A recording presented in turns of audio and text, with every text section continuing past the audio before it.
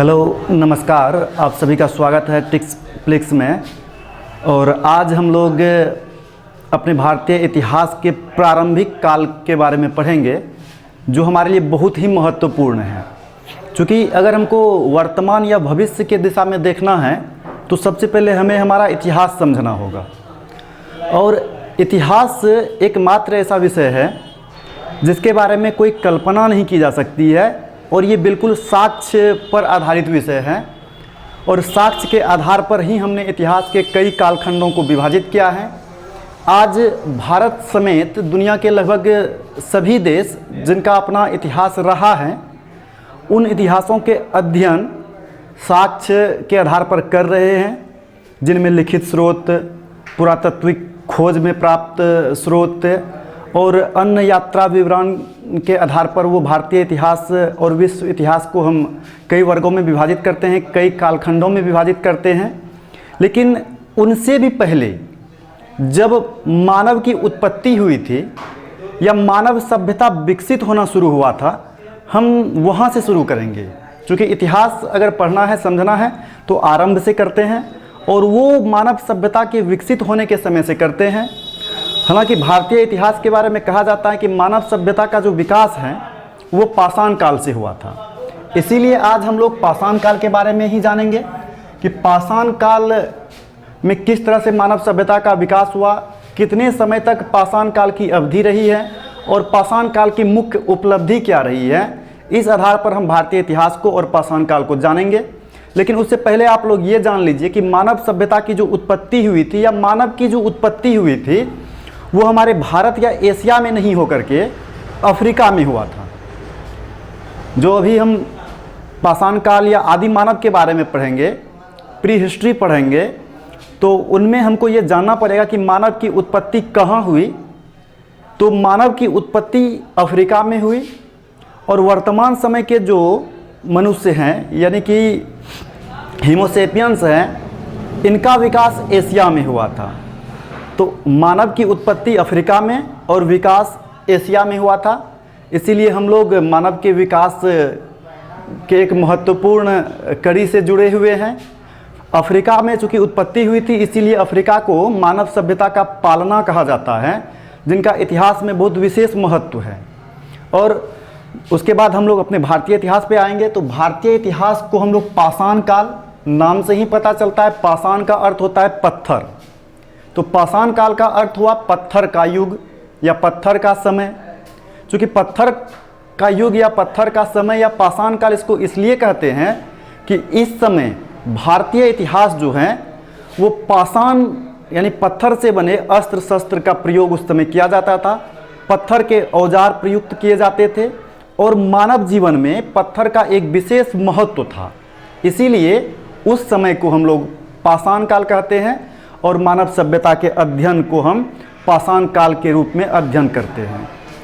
पाषाण काल की अगर हम बात करें तो इनका जो खोज है, ठीक है, वो भारत में पाषाण काल के जो इतिहास है उनका खोज करने का श्रेय जो है वो रॉबर्ट वुशफ्रूप को जाता है। यानी पाषाण काल या प्रागैतिहासिक काल का विवरण जो हमें सबसे पहले देते हैं या जिन्होंने इस काल की खोज की, इस कालखंड की खोज की, उनका नाम है रॉबर्ट वुशफ्रूप। इसके बाद समय बीता, धीरे धीरे 1820 ईस्वी में जार्गेनस थॉमसन ने पाषाण काल को 3 भागों में विभाजित किया। ये 2 चीज़ याद रखिएगा कि पाषाण काल का खोज या पाषाण काल के विषय में प्रारंभिक जानकारी हमको किसने दिया? रॉबर्ट वुशफ्रूप ने दिया। और पाषाण काल को 3 कालखंडों में यानी कि 3 भागों में विभाजित करने का काम, चूँकि अध्ययन में सुविधा हो, संपूर्ण पाषाण काल में एक तरह मानव जीवन नहीं रहा था। मानव जीवन में बहुत सारे परिवर्तन आए। उन परिवर्तनों के आधार पर और पाषाण हथियार के उपयोग के आधार पर, पत्थर के उपयोग के आधार पर पाषाण काल को 3 भागों में बांटा। और बांटने का काम किसने किया?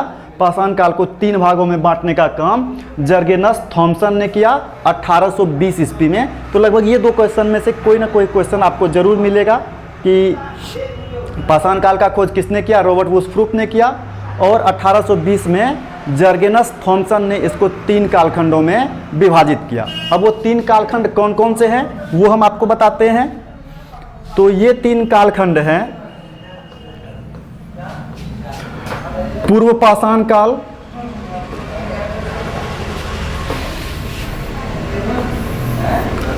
मध्य पाषाण काल, और तीसरा सबसे जो है इसको उच्च या फिर नव पाषाण काल भी कहा जा सकता है।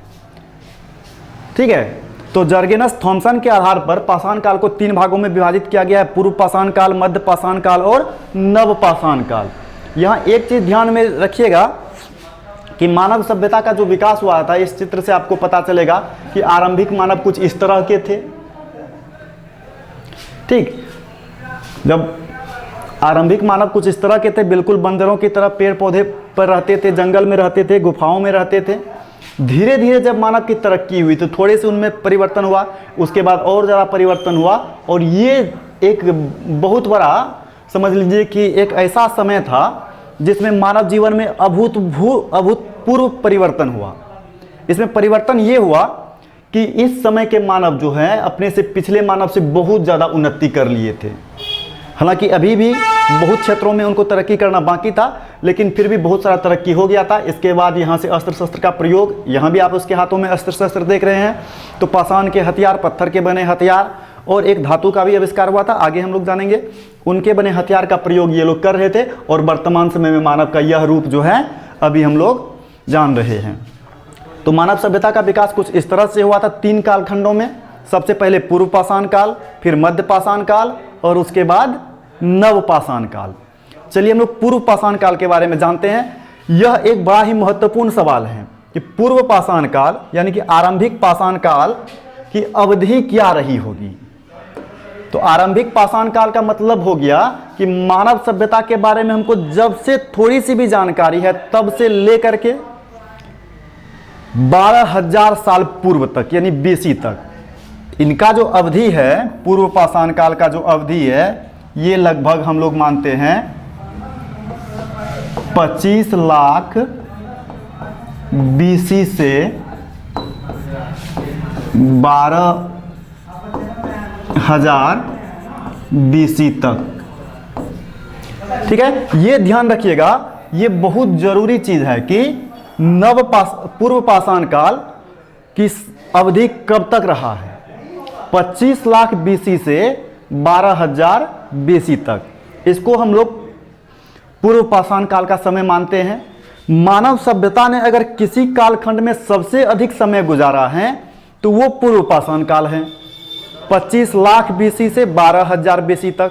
चूंकि यहाँ BC एक चीज समझ लीजिएगा, बिफोर क्राइस्ट, ईसा के जन्म से पूर्व। तो उस समय जो सालों की गिनती होती है, अभी हम जो समय के हिसाब से सालों की गिनती करते हैं वो उल्टा होता है, यानी कि 1 2 3 नहीं, 3 2 1, इस तरह से होता है। तो फिर 25 लाख BC से लगभग 12,000 BC तक मानव इस कालखंड में रहा। आरंभिक स्थिति कुछ अच्छी नहीं थी, लेकिन धीरे धीरे, यानी कि इतने लंबे समय तक जो मानव एक कालखंड में रहा, पाषाण काल में रहा, पूर्व पाषाण काल में रहा, तो धीरे धीरे उनकी सोच, उनकी तर्क शक्ति में कुछ वृद्धि हुआ, और इन्होंने इस काल में पत्थर के हथियार बनाने शुरू कर दिए। ठीक, पत्थर के हथियार तो जरूर बना लिए मानव ने, लेकिन उनके पास इतनी तकनीक नहीं थी कि वो हथियार बहुत ज़्यादा उपयोगी हो, अतः बड़े बड़े पत्थरों के हथियार बनाए। या कह सकते हैं कि बहुत बड़े बड़े पत्थरों को ऊपर पेड़ पर या फिर पहाड़ों की ऊंचाई पर, ऊंचे जगहों पर वो लोग बड़े बड़े पत्थर रखते थे, और जब दूसरे दिशा से कोई जानवर आता था या जानवर को मान लीजिए किसी तरह से उधर से गुजारा जाता था, तो ऊपर से पत्थर उनके ऊपर फेंक दिया जाता था। कई बार वो पत्थर जानवरों के ऊपर जाते थे तो जानवर मारा जाता था और उनको शिकार मिल जाता था, भोजन मिल जाता था। अगर कई बार इसका उलट ही परिणाम होता था, पत्थर जानवरों के ऊपर नहीं जाकर के पीछे से उनको जो लेके आ रहे थे उनके ऊपर गिरता था, तो इसमें मानव की नुकसान होती थी, उनकी मृत्यु हो जाती थी। खैर जो भी हो, इस तरह से हम कह सकते हैं कि पूर्व पाषाण काल में पत्थर के बड़े बड़े हथियारों का प्रयोग किया जाता था। और पूर्व पाषाण काल का काल अवधि जो है 25 लाख BC से लेकर के 12,000 BC तक है। इस काल के लोग जो मनुष्य थे वो मूल रूप से आखेटक थे। यानी कि शिकार करते थे।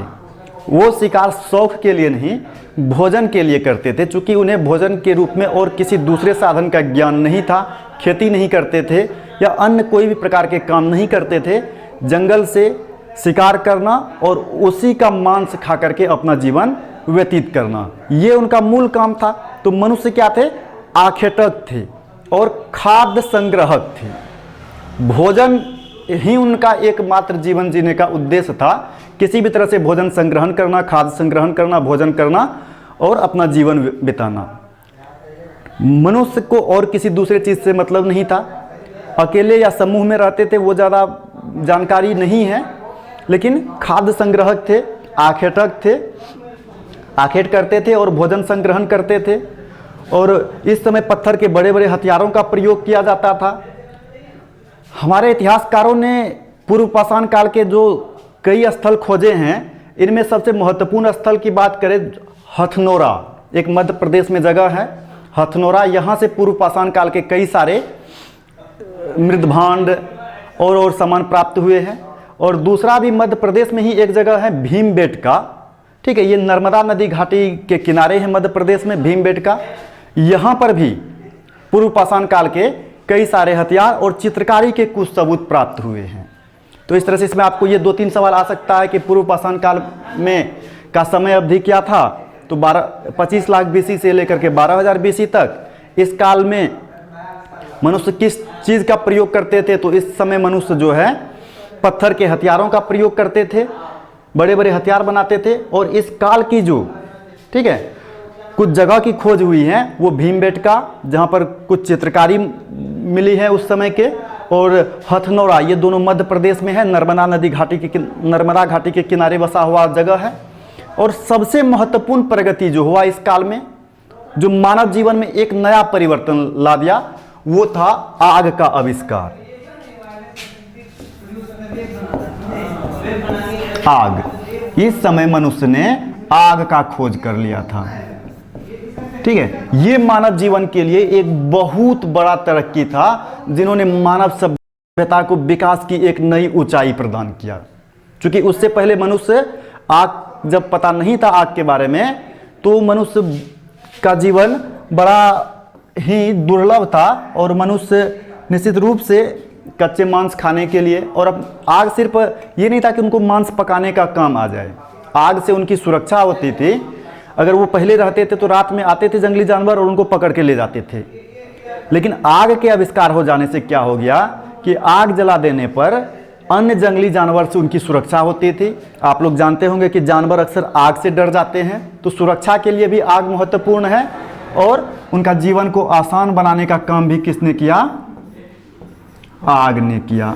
आग का आविष्कार पूर्व पाषाण काल में हुआ। 2-3 मेन पॉइंट है, इसको देख लीजिएगा ध्यान से। अगले पर हम लोग चलते हैं, ठीक है। पूर्व पाषाण काल के बाद अगला नंबर किसका आ जाता है? मध्य पाषाण काल का आ जाता है, ठीक है।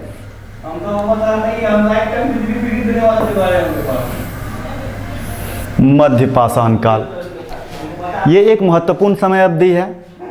चूंकि देखिए, मध्यकाल एक ऐसा काल होता है, या मध्य पाषाण काल एक ऐसा काल था जब मानव ने पूर्ण तरक्की भी नहीं की थी और ना ही वो पूर्व पाषाण काल की तरह जीवन जी रहे थे।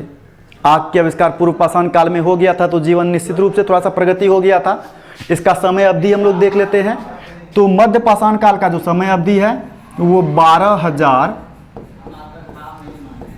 BC से लगभग 5,000 BC के मध्य माना जाता है, ठीक है। इसका जो है 12,000 BC से 5,000 BC के मध्य माना जाता है। इस काल में मनुष्य ने कई प्रगति किए, ठीक है। इस काल में भी मनुष्य मूल रूप से तो वही काम करते थे जो पूर्व पाषाण काल में करते थे, आखेट करना यानी शिकार करना, भोजन संग्रहण करना। इसके साथ साथ थोड़ा सा जो प्रगति हुआ था, क्योंकि देखिए मध्य पाषाण काल के बारे में जब बात करेंगे तो कुछ जगह पर मध्य पाषाण काल जो अपने प्रगति पर था, उसी समय कुछ जगह पर लोग और ज्यादा विकसित हो गए। तो उन्होंने नवपाषाण काल युग का भी शुरुआत हो गया था। तो ये ध्यान दीजिएगा कि इस काल में पुराने समय की जो बातें थी, यानी कि आखेट करना, भोजन संग्रहण करना, वो तो होता ही होता था, लेकिन कुछ स्थानों पर मनुष्य जो थे वो क्या करना शुरू कर दिए थे, पशुपालन करना आरंभ कर दिए थे। ठीक है। और मध्य पाषाण काल में ही जो प्रारंभिक खेती के साक्ष्य मिले हैं वो मध्य पाषाण काल से मिले हैं। वर्तमान पाकिस्तान के, ठीक है, वर्तमान समय में जो पाकिस्तान है, पाकिस्तान का एक जगह था, अभी नाम है उसका मेहरगढ़। ठीक है। पाकिस्तान उस समय तो भारत का अंग था, लेकिन वर्तमान में पाकिस्तान, जगह का नाम है मेहरगढ़। मेहरगढ़ में आरंभिक कृषि के साक्ष्य मिले हैं। और यह जो समय था, जो आरंभिक कृषि का जो साक्ष्य मिला है, वो समय था लगभग 7000 BC का। ठीक है। 7000 BC में आरंभिक कृषि के साक्ष्य मिले हैं। ठीक है। 7000 BC में क्या है, आरंभिक कृषि के साक्ष्य मिले हैं। कहां से? मेहरगढ़ से। हम यहाँ आए तो लाइट जल गया अपने आप, कुछ नहीं निकले लाइट ऑफ। मेहरगढ़ से आरंभिक कृषि के साक्ष्य मिले हैं। यहाँ ध्यान दीजिएगा। ठीक है। वर्तमान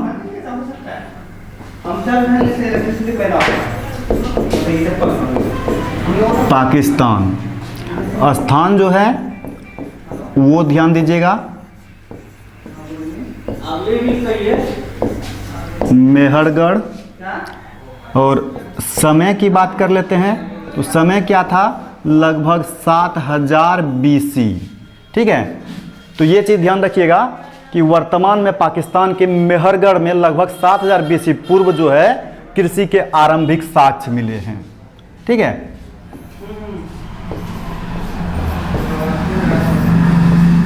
कृषि के साक्ष्य मिले हैं। तो ये चीज़ें ध्यान रखिएगा। और कृषि में जो उस समय फसल उगाई जाती थी, तो ऐसा फसल की खेती की जाती थी जिनमें पानी की आवश्यकता कम हो, चूँकि उन लोगों को सिंचाई की जानकारी नहीं थी। तो जौ और गेहूं इनकी खेती की जाती थी मेहरगढ़ में। मेहरगढ़ में उस समय या वर्तमान में भी दो पहाड़ी बड़ा फेमस हैं, एक का नाम है सुलेमान और दूसरा का नाम है किरथर। तो मेहरगढ़ जो स्थान है, एक तरफ सुलेमान पहाड़ी, दूसरे तरफ किरथर पहाड़ी, इनके बीच में कृषि के प्रारंभिक साक्ष्य मिले हैं। ठीक है। जो वर्तमान में पाकिस्तान में स्थित है। तो ये मध्य पाषाण काल की एक बहुत बड़ी उपलब्धि थी कि खेती होना आरंभ हो गया था। इस समय दूसरा जो उपलब्धि हुआ था वो चीज़ जो देखिए, इस समय दूसरा चीज़ क्या हुआ था, इस समय दूसरा चीज़ हुआ था कि मानव ने पत्थरों का जो हथियार है उसका प्रयोग करने के लिए उसको बेहतर बनाना सीख लिया था। पूर्व पाषाण काल में बड़े बड़े पत्थर के हथियार का प्रयोग होता था, लेकिन मध्य पाषाण काल में वो बड़े पत्थर के हथियार जो हैं वो छोटे छोटे पत्थर के हथियार के रूप में सामने आ गए थे। यानी कि मनुष्य ने पत्थरों को तराशना या पत्थर के छोटे छोटे हथियार बनाना, जिसको कि मैक्रोलिथ शब्द याद रखिएगा। और ये पूछता भी है कि मैक्रोलिथ क्या है, तो पत्थर के हथियार हैं, छोटे छोटे पत्थर के हथियारों को मैक्रोलिथ कहा जाता है। किस काल में प्रयोग होता था? मध्य पाषाण काल में प्रयोग होता था। तो मध्य पाषाण काल की ये मुख्य उपलब्धि है। और यहाँ पर लोग जो है ना क्या करते थे, आखेट करते थे, भोजन संग्रहण करते थे, पशुपालन की शुरुआत हो गई थी। और पशुपालन में जो सबसे पहले मनुष्य ने जिस पशु को पालतू बनाया वो था कुत्ता। ये तो आप लोग जानते ही होंगे। ठीक है। इस काल में मनुष्य ने आग का व्यापक प्रयोग किया। इस काल में मैक्रोलिथ यानी कि पत्थर के छोटे छोटे हथियारों का प्रयोग हुआ। और कई जगह पर लोग हड्डियों के, मजबूत हड्डियों के भी हथियार के रूप में प्रयोग करते थे। और उसके बाद हम लोग बात करते हैं, थोड़ा सा और आगे आते हैं। और ये समय अवधि जो है मानव जीवन के लिए बड़ा ही महत्वपूर्ण है, नवपाषाण काल। ठीक है। कौन सा काल? नवपाषाण काल, जिसको कि यहाँ पे उच्च पाषाण काल कहा है, लेकिन हम लोग इसको किस नाम से जानते हैं? नवपाषाण काल के नाम से जानते हैं। ये मानव जीवन के लिए एक बहुत बड़ा चेंज था। कि मानव अपने पाषाण काल के 2 स्टेप से आगे आकर के नव पाषाण काल में आ गया था, यानी कि मनुष्य अब अगले किसी युग में प्रवेश करने वाला था। ठीक है, 25 लाख से 12,000, 12,000 से 5,000 था मध्य पाषाण काल, और अब हम नव पाषाण काल की अगर बात कर ले तो ये ज़्यादा देर तक नहीं था, 5,000 BC से 3,000 BC तक। ठीक है, नव पाषाण काल का समय क्या है, 5,000 BC से 3,000 BC तक। यहाँ पर बहुत व्यापक परिवर्तन हुआ मनुष्य के जीवन में, और एक तरह से मनुष्य अपने प्राचीनता को छोड़ करके नए युग में प्रवेश कर रहे थे, और इस युग में प्रवेश करने के लिए उन्होंने बहुत कुछ पुराना त्याग करके बहुत कुछ नया अपना लिया था।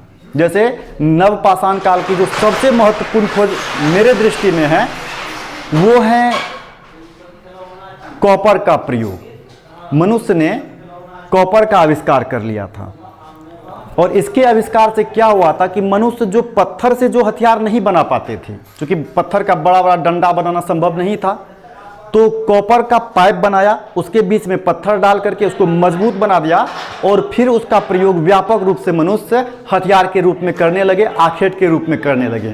काम वही करते थे, आखेट इस काल में भी करते थे, भोजन संग्रहण करते थे, लेकिन इसके साथ साथ नव पाषाण काल में कई सारे नए काम होने लगे। जैसे कि कृषि का व्यापक प्रयोग होने लगा नव पाषाण काल में, और मध्य पाषाण काल के समय में हम बताए थे कि उस समय कृषि का जो है ना थोड़ा बहुत विकास हो गया था पाकिस्तान के मेहरगढ़ में।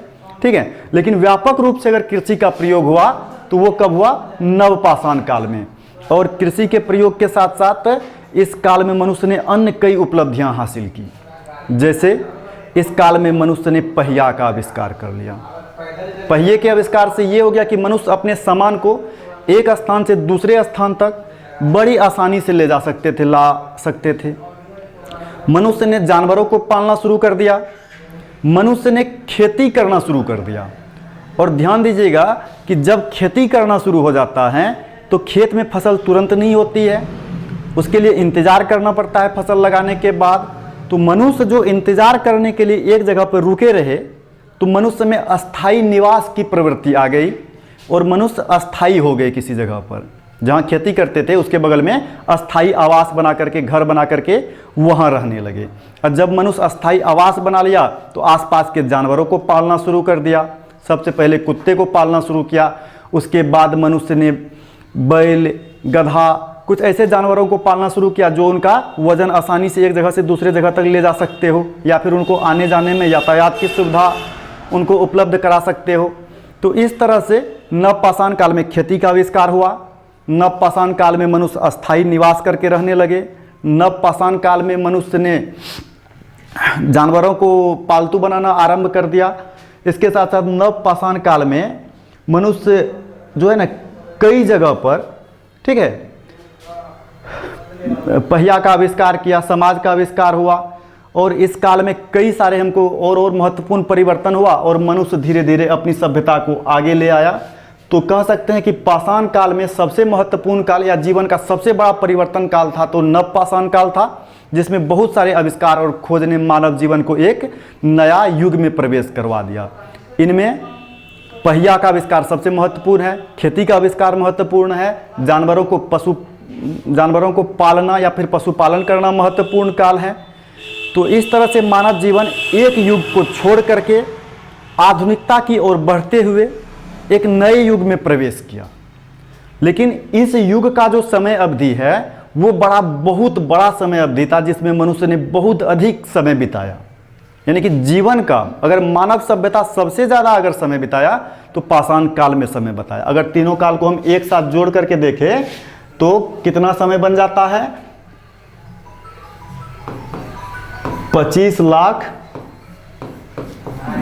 BC से 3,000 BC तक इतना समय मनुष्य ने बिताया है पाषाण काल में, जिनमें कई सारे खोज और आविष्कार हुए, जिसने मानव जीवन को एक नया गति दिया। और हम लोग उस गति के बल पर या फिर उस कालखंड में मनुष्य द्वारा किए गए खोज और आविष्कार के बल पर इस रूप से मानव सभ्यता को इस रूप तक पहुंचाने का काम किया है और वर्तमान समय में मानव सभ्यता और विकसित हो रहा है। इतिहास के अगले अध्याय में हम लोग इसके बारे में जानेंगे, लेकिन जो आप लोग ध्यान रखिएगा कि कौन सा कालखंड कितना दिनों तक रहा। तो सबसे पहले एक बार मैं आपको फिर से बता रहा हूँ कि सबसे ज़्यादा समय तक मनुष्य ने पूर्व पाषाण काल में बिताया, 25 लाख BC से 12,000 BC तक। उसके बाद मध्य पाषाण काल में 12,000 BC से लेकर के 5,000 BC तक, और उसके बाद नव पाषाण काल में 5,000 से 3,000 BC तक। इसी कालखंडों में कई आविष्कार हुआ। अगर हम पूर्व पाषाण काल की प्रमुख आविष्कार की बात करें तो आग इस काल का सबसे प्रमुख आविष्कार था और पत्थर के बड़े बड़े हथियार प्रयोग किए जाते थे। मध्य पाषाण काल की बात करें तो मध्य पाषाण काल में कहीं कहीं खेती की शुरुआत हो गई थी और पूर्व पाषाण काल के लोग जो काम करते थे वो काम किया जाता था। नव पाषाण काल, इस काल में आग का प्रयोग होता था, व्यापक रूप से खेती होने लगा, मनुष्य अस्थायी निवास बना करके रहने लगे और मनुष्यों ने जानवरों को पालना आरंभ कर दिया। तो इस तरह से मानव सभ्यता विकसित हुआ और पाषाण काल जीवन का एक महत्वपूर्ण काल हमारे लिए साबित हुआ है। इसका अध्ययन करना हमारे लिए ज़रूरी है। वैसे व्यापक रूप से भी अध्ययन कर सकते हैं, लेकिन आपके जो भी कॉम्पिटिटिव एग्जाम है उसके लिए बस इन कुछ महत्वपूर्ण पॉइंटों को नोट कर लीजिएगा, वो काफ़ी होंगे। बस यही से कुछ क्वेश्चन आता है, लगभग 4-5 क्वेश्चन तो ज़रूर आपको मिलेंगे इससे। धन्यवाद।